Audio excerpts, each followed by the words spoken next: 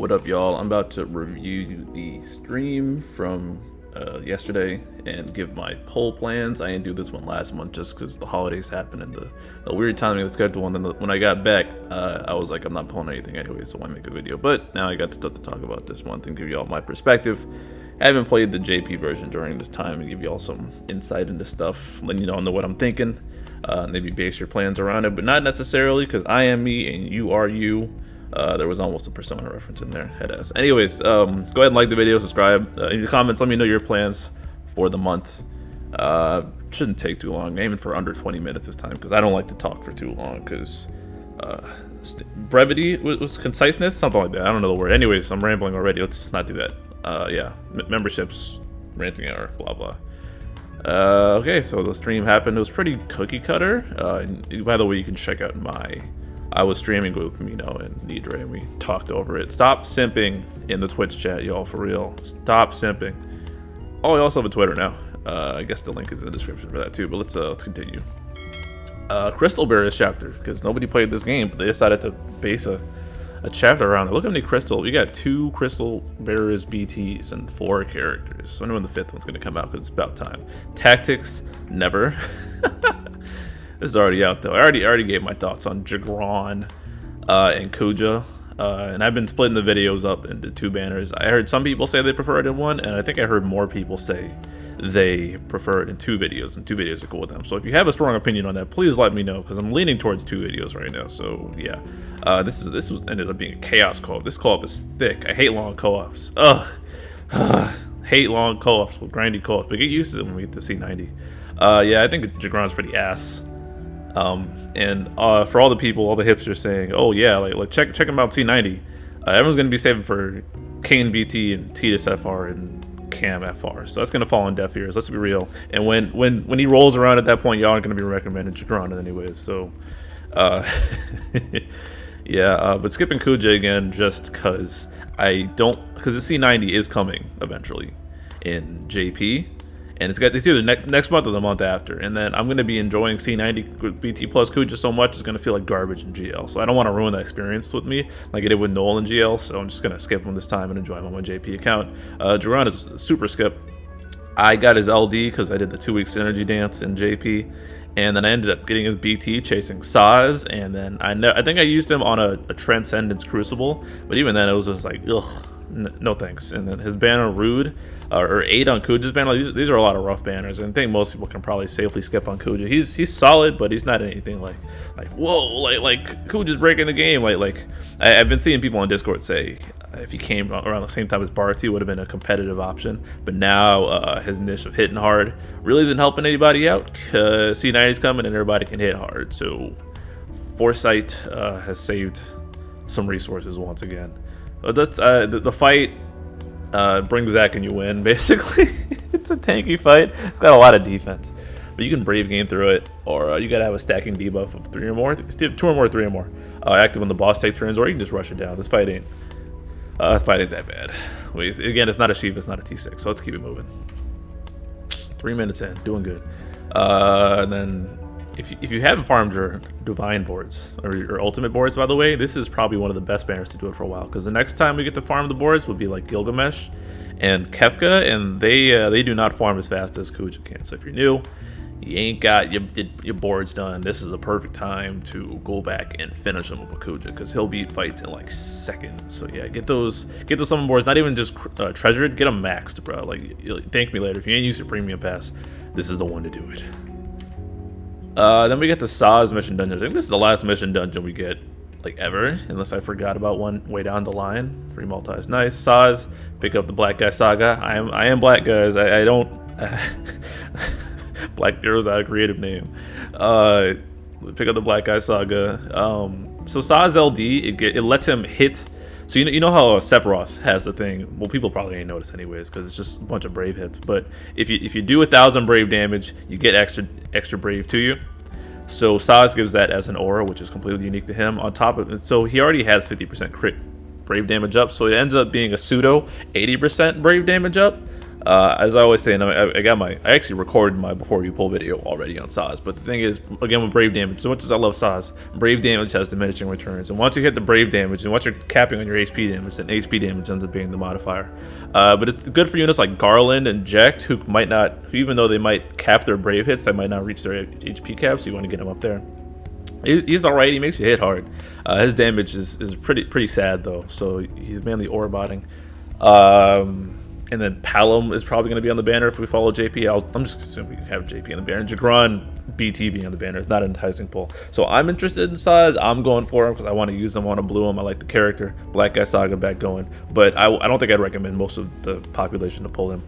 And he's got a good temporary LD call because, again, it gives the stolen brave up thing.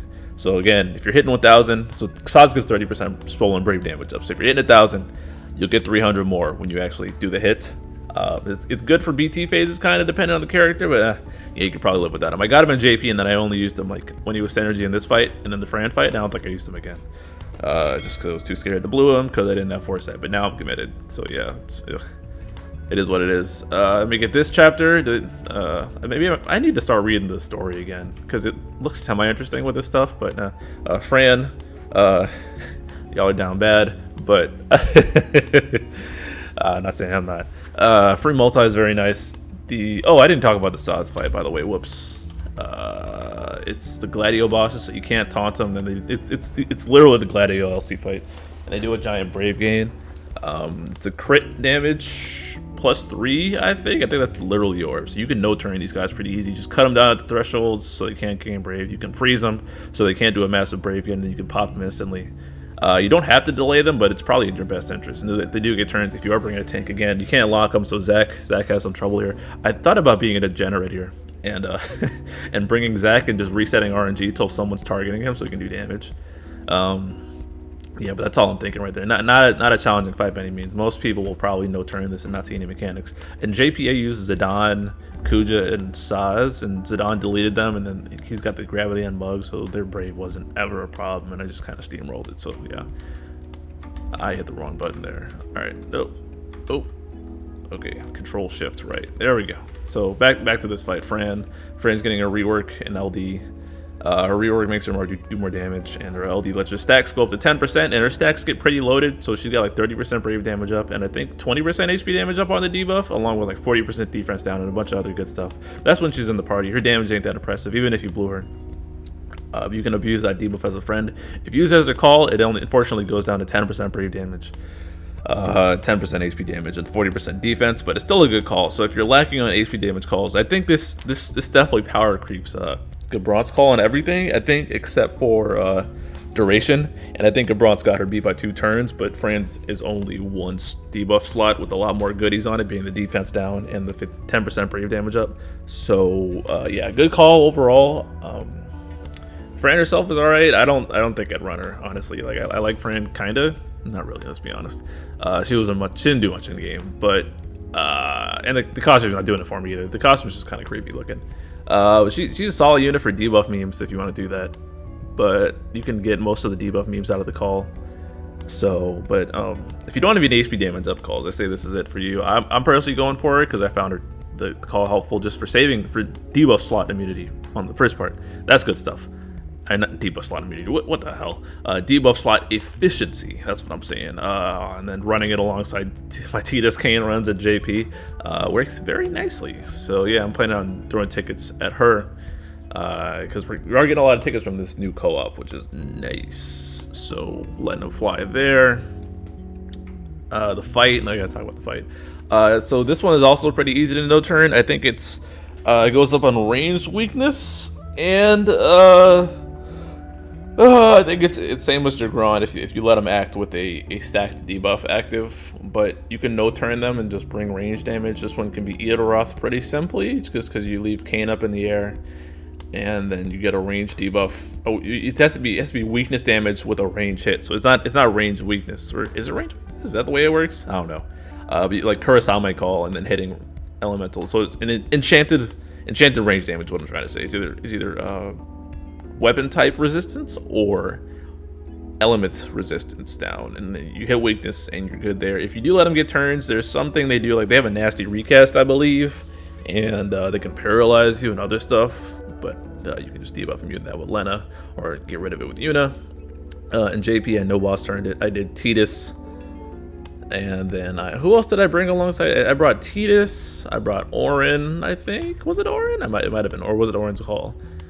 It was Tidus, Sazh, and it was someone. I think it was Orin. I think I dropped Orin's LD and then swapped him out for eject Fran, and then I just let Tidus go nuts with the brave damage up from his father. Ended up being pretty straightforward there. Yeah, nothing. The path to least resistance is to no boss turn. This will probably do that. Let's keep it moving. This is the the all LD banner that JP got this the first month of Lufenia Plus. So I think it's probably an upgrade for us to get it now because there's more LDs available. I ended up getting Porm and Barrett here and never used them in JP. But getting more tickets, I think Josh said this is making up for something that we didn't get previously, and more gems. So Happy New Year's. They're trying to bring people in to the game, obviously, with this stuff. Because like, oh, keep logging in, build up that habit. And then we have free multis on the remaining banners, so that's nice. Hopefully it gets something I don't have. Like, I'd love to get, I would hate to get like another sync LD. That would make me mad. Maybe if you get like twins or something, or what LDs am I missing? Who was like interesting? Maybe if I got Ida for co-op farms, or Garnet, like those would be cool. But yeah, hopefully I get something I don't have. But otherwise, it's just Power Stone, building a Power Stone stash. So that's very helpful. We got Machina's event with the spoiler ass costume and BT finisher. Oh, where do I start? Machina is a monster, and when I release my video on Machina, I'm gonna start talking about the 1 million trio that he's a part of, being Machina, Noel, and Locke. It was very disrespectful of them to release Machina, who can do those 1 million HP attacks, right after the Jegran, who struggles to do any sort of damage, HP damage. So yikes. Machina was really good, and even if he's before C90, like right before C90, he ages fantastically. And when he does end up getting a C90 the first month of Shinryu, he becomes a monster. And honestly, I think out of the 3 of the 1 million trio, I think Machina might be the best pickup. Because this is not his peak. His C90 is his peak, and he's still good even with the C80. And so you end up wanting to pair Machina with Brave Gain teams, because he has a lot of Brave Gains in between his HP attacks, and he can go nuts. I greened him in JP and never used him because I used Noel, and then I greened Locke afterwards. And I'll be talking about this more, but I advise, if you're thinking about anyone in the 1 million trio, get one, because having 2 or more of them is complete overkill. Because they don't increase the boss's HP unless they decide to smarten up and global start increasing the boss's HP, but you really only need one of them, if you're being honest, for just raw damage. You don't even need one of them, to be completely honest. Like, you can just ride Jegran to the ground, pause. But yeah, Machina is a good pickup, but if you're not gonna green him, don't even touch his banner, honestly. But Paine is also interesting. She gets the whole positional thing, where she gets Brave Gains up or party HP damage up, depending on where she is in the party and how the party's debuffing or buffing. And I can't wait to hear people's explanation of this. I'm gonna try and nail Paine in like 10 minutes in my video, because I liked being concise, because this game ain't that complicated. But she's got a lot going on for her, so trying to explain that will be honestly pretty entertaining. What else? Free multi is nice. Totto is copium. She's pretty bad. She gets Dark Enchant on her BT, but she has the Kuja problem of high turn rates on her skills. But Kuja can just not press Ultima, but all of Totto's moves outside of LD and EX have high turn rates, so she's going to burn through her effect. Her damage ain't that impressive. They had to rework her again. It's just, she's such a, I don't think they know what to do with this character. So Mino's inhaling the copium. But as for the banners, what are my plans? I think I will, because I'm not going to go for Noel again, because I know he's going to get upgraded again in JP to fix his skills, and I'm going to be enjoying him more there than I do in Global. So like I said, I've been trying to avoid repeat greens, but it doesn't really count with Machina, because I barely used them. So I like pretending I'm Captain Levi when I hit his HP attacks. So I think I might straight up gem the Machina Paine banner, because spoiler, none of the rest of the banners interest me. And I might try and just get his BT there, because I want Paine as well. Paine does look fun. I'm ready to simp again. That 40% Brave Gain up when she's on one of the sides, and pairing that along with Maria and Zac. Sounds like a lot of fun. And then I can do a bunch of no BT Zac runs. I can put Ishtola away, so I don't get too bored on content steamrolling it because I don't increase the boss HP. But that does sound like a lot of fun. So yeah, I want both of them. I'm probably gonna green Machina.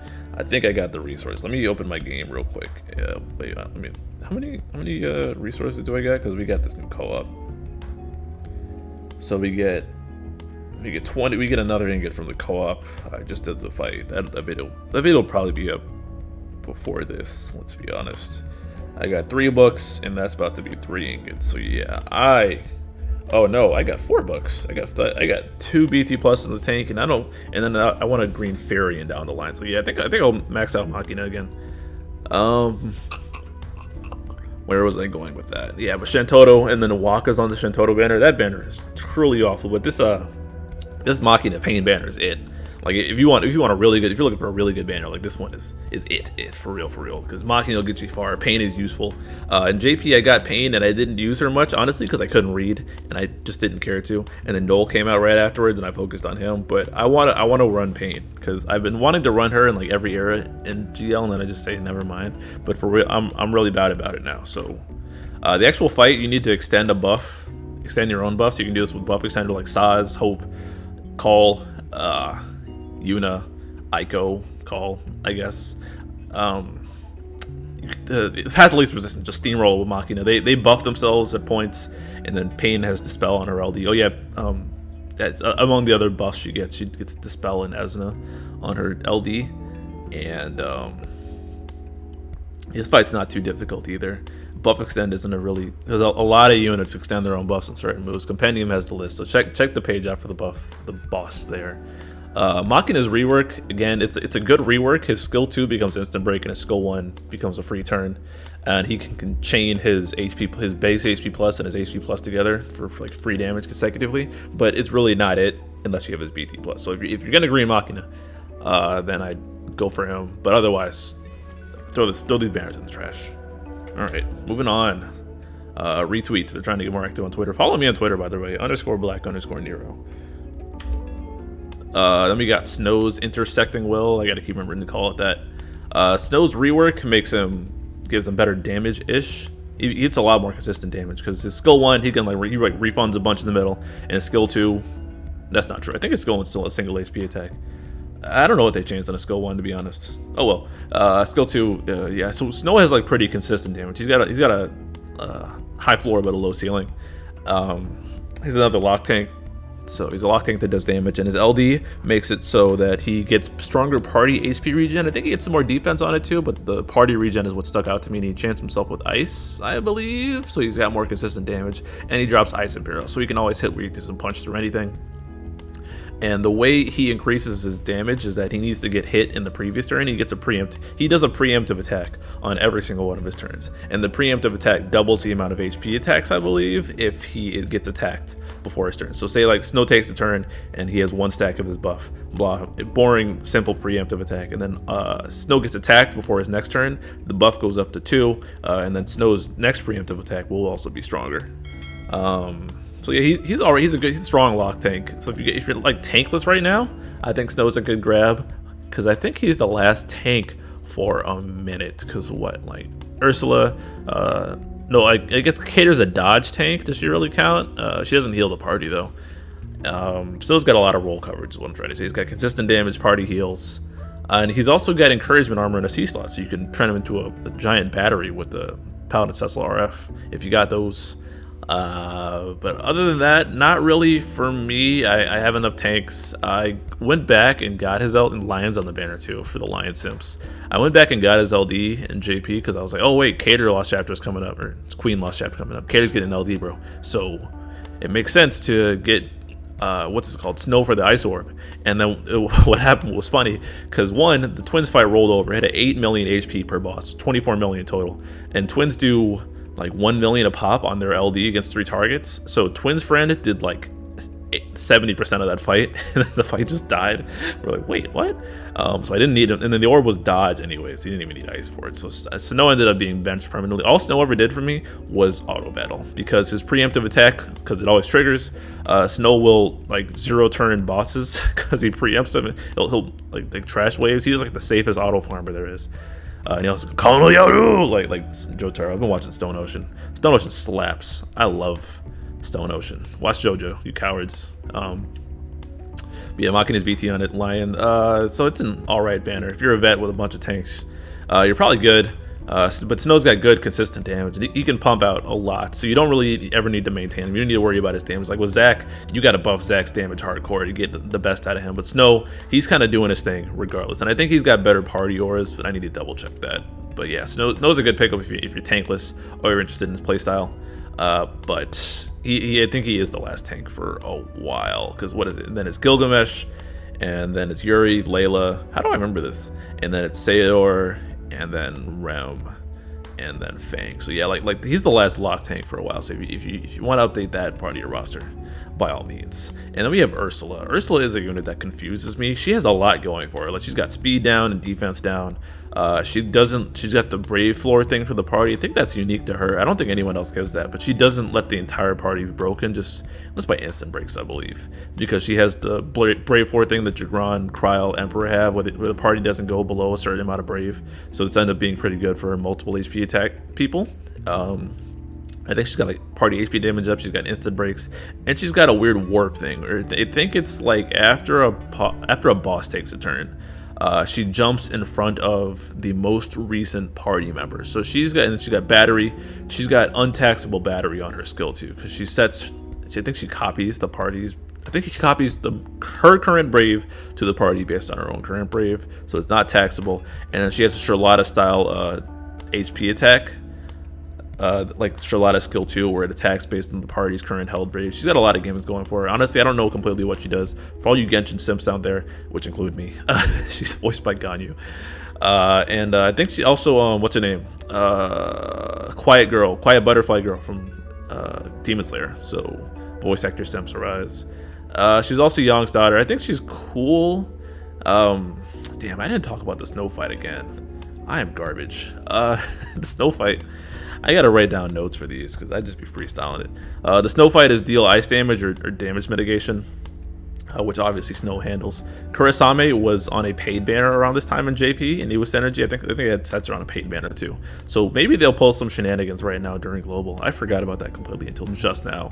So I think it was a paid. We haven't gotten a paid banner in GL at all, have we? Huh? Interesting. Maybe they dropped that. Anyways. So you need to do, it's the Tyrant, and the Tyrant warps somebody's turn forward, so it ends up being beneficial to Snow, so you can, but I'm probably going to bring Zac there. In JP, I think I did Kurasame. Damn, I actually don't remember what I did for this fight in JP. Let me look it up. What did I use? I think I used Kurasame. I used Kurasame, Warrior Light, and Machina. And I kind of just destroyed it with Machina, because Kurasame hits the ice, and then Warrior Light, probably his call could hit the orb too. So this fight again isn't very challenging.